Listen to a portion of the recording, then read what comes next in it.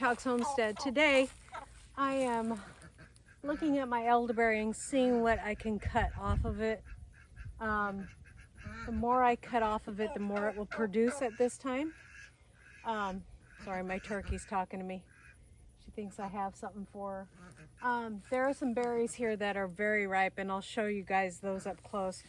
But one of the things I'm looking forward to is I have taken little stalks of this elderberry and I've moved it to the front of the house. I'm going to be planting this elderberry. I'm going to be cutting it back this year, and I'll bring you guys up for that too, where I cut it down and just into sticks. And then during this winter, we're going to literally plant it. Sorry, the ducks see me and the turkey sees me, and they think I have something for them. They might need a little more water. It's pretty hot today. Anyways, I'm going to be taking pieces of it. We'll cut like pieces of the hard stalk. We'll cut this way back because it's its third year on the property and it needs to be cut back anyways. So this is a great year to propagate it. We'll propagate it this winter and stick it on areas of our property that have full sun and that we're having erosion problems with, like the back hillside over here.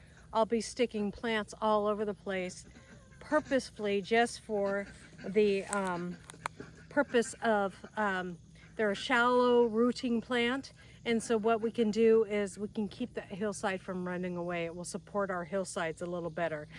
And I love it for a harvest for making elderberry syrup or tincture or whatever.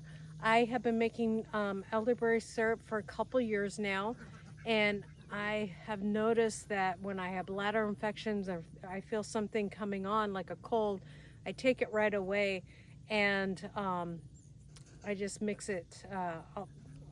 I'll link a video below and maybe to this where I make that elderberry syrup. Simple and easy to make. I'm gonna just cut it off today and then store it in my freezer. When I put it in my freezer, those berries will freeze, and then you can shake them off really easily in a bag and preserve them that way. And then it's really easy to make elderberry syrup and get the berries off of the heads. So let's go around here and find some heads. That is on its way. This one is halfway there, or more than halfway there. That one's not even yet, but there's some back here in the middle. You see those? That are totally ready. So I'm just gonna go and snap them off. And got little chickens living under here.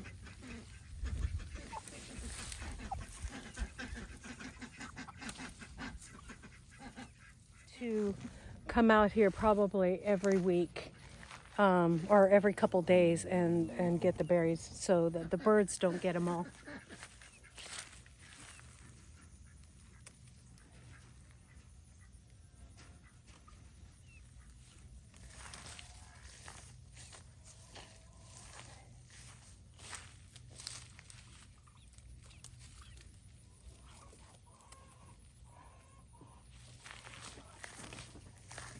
So awesome, isn't that cool? It's so cool. The baby chickens are using this area for shade. You can see them down in there. Hey Mama, I'm just getting some elderberry. I'm just getting some elderberry, Mama. You're so dirty. Birds have been getting at them already.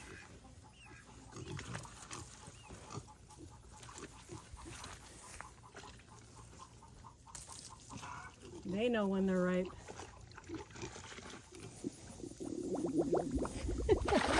Mama!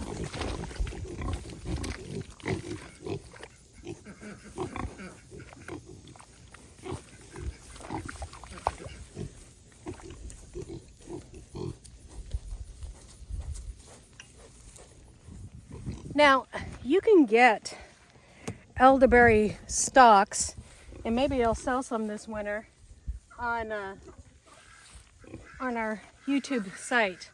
You can get elderberry stalks from people. This is American elderberry. You don't want European elderberry. It's got a lot of what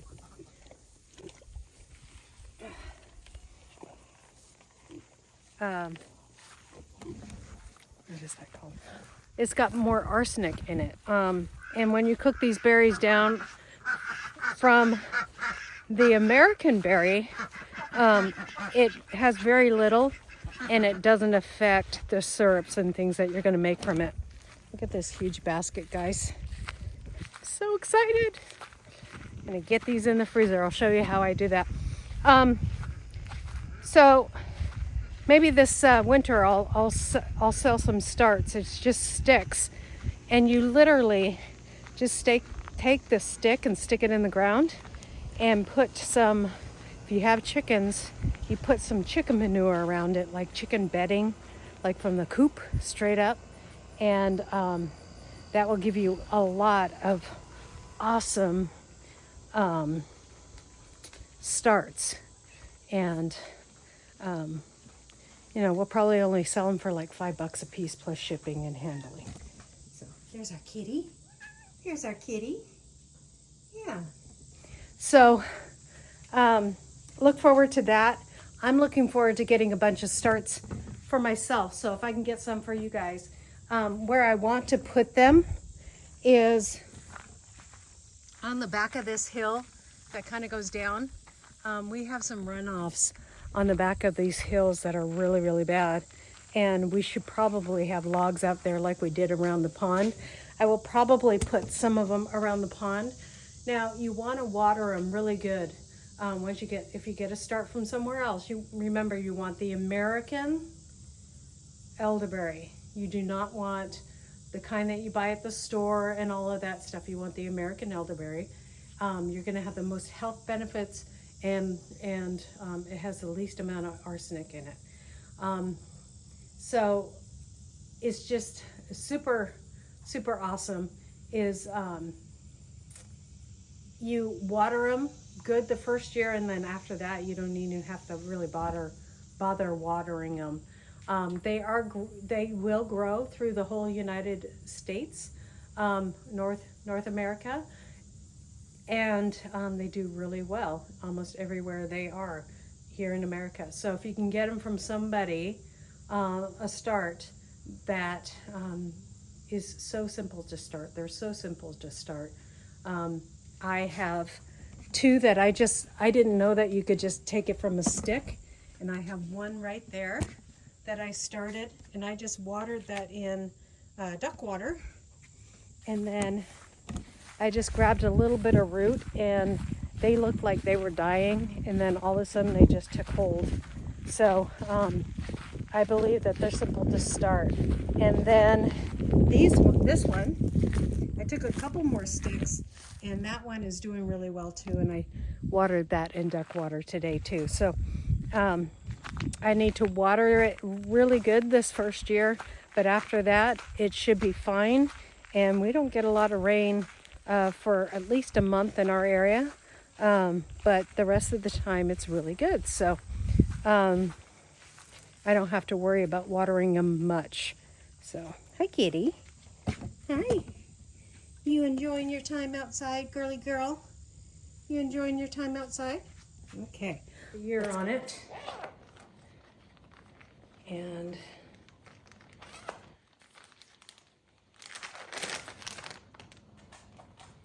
I'm going to pick it up and put the whole head in. And then when it freezes, I can literally just shake it in the bag and it will come off. So I'll bring you guys back when I do syrup, when I have enough of it, and I'll also bring you guys back when we're planting those other sprigs of elderberry. I'm going to cut these little leaves off here and see if we can start these in the house.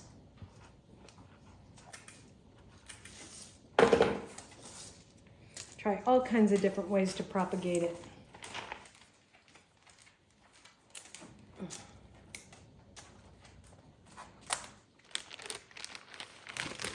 Because if you can start it just from a stick, I'm sure I can start it other ways too. And some of these I grabbed have a lot of green on them, but I won't make that mistake again. It's harder when I'm talking to you guys.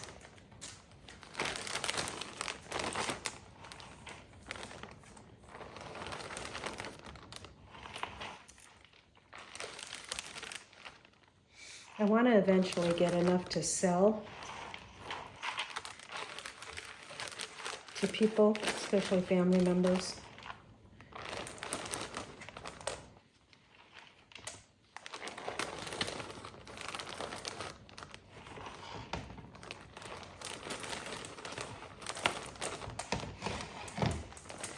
And I have all these little ones on the counter yet. Now you can make elderberry syrup, elderberry, which is my favorite way to eat it and consume it. Elderberry honey, you can make it into a tincture. You can also make it into a jam, which elderberry has so many, and I'm not a doctor, so don't quote me. Elderberry has so many, look it up for yourself, properties in it that it's good for all kinds of things, inflammation and stuff in your body. So it's an antiviral and all kinds of stuff. So God bless you. We'll see you next time here on Hedgehog's Homestead. Bye.